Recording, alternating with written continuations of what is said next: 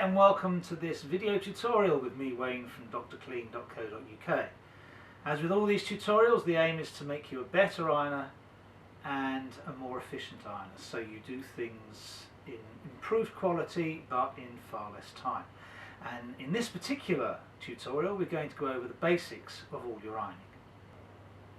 Now, if you're using an iron with a boiler, that's steam generation all the time, like this one, then the first and most important thing you can do is do what I'm doing now. Before you touch anything with the iron, release the steam so you make sure that the steam is flowing smoothly.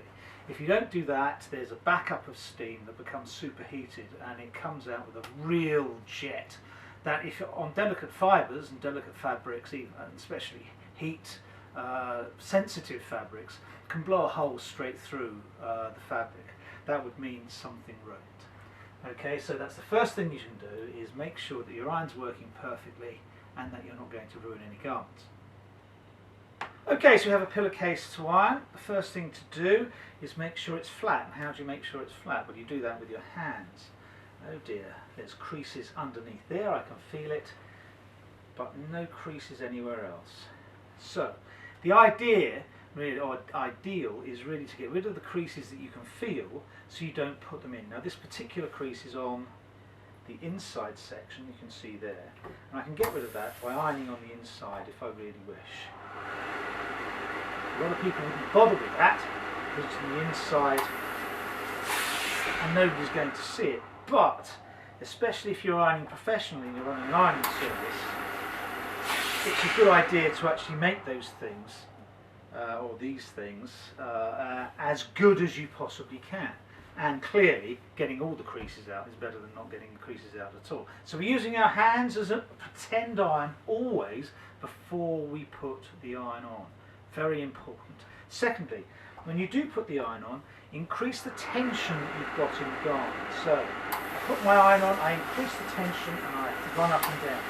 And run up and down, if you can, in a straight line.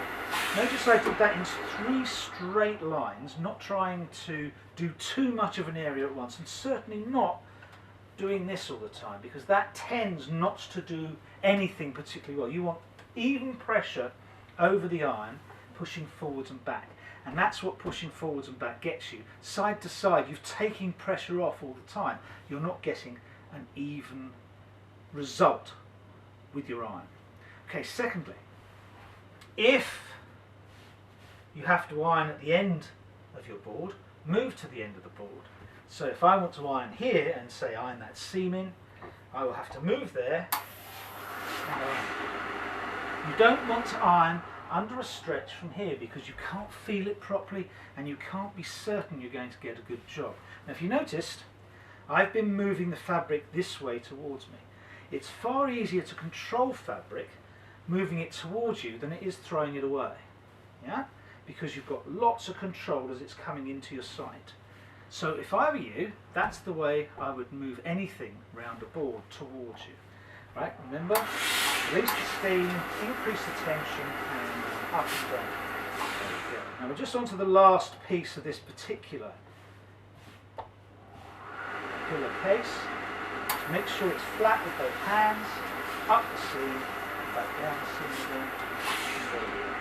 Now we've done that, and effectively we do have a reasonably good job the other side now, just to check. But what we'll do, so these are pretty old pillowcases that we're doing here just for show. Now, I can feel that there was a crease here. And what I'm doing now is I'm just rolling that crease out from underneath. You can see I'm using my fingers to roll it out. Then on, tensions, and one movement, and I set the crease.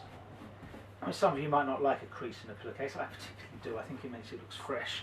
But this is just really showing you how to do something. Again, I felt it, put in that crease. Now, when you've done the ironing and you know you've got a good result, you really want to do what I've just done and just let the heat go out of it. Because what you'll find otherwise, if you don't let the heat and the steam go away, as the steam dissipates, if it's weak and if it's limp, it will actually go limper. And that's exactly what you don't want. what you want is a crisp finish to your ironing. If you're going to bother ironing, why not get a crisp finish like that?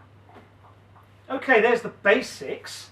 Run through that slightly again. The first thing, clearly, if you've got a steam generator, release the steam before you start ironing. Secondly, sensitize your hands and use those hands as pretend irons to make sure you've got the underneath completely flat as well as the top. Thirdly, move around the board so that you actually are right above your ironing. Don't stretch to where you can't actually reach. Pull things towards you instead of push things away from you. And finally, make sure you tension up something before you put your iron across it, if it's something like cotton or polycotton, because it does really get a crisp look when it's under tension. Do not, however, tension up a knitwear, because knitwear is a knitted fabric, not a woven fabric. It's far looser and you might damage and warp the fabric. Lastly, the final thing, if in doubt, don't. If your gut feeling ever says to you, "Ooh, I'm not quite sure about that," it's probably right. Just put the garment aside, don't do that particular thing that you're going to do. You might be able to do something else, but don't do that particular thing. There you go. The basics of ironing, hopefully that'll help you move along to actually far better ironing in the future.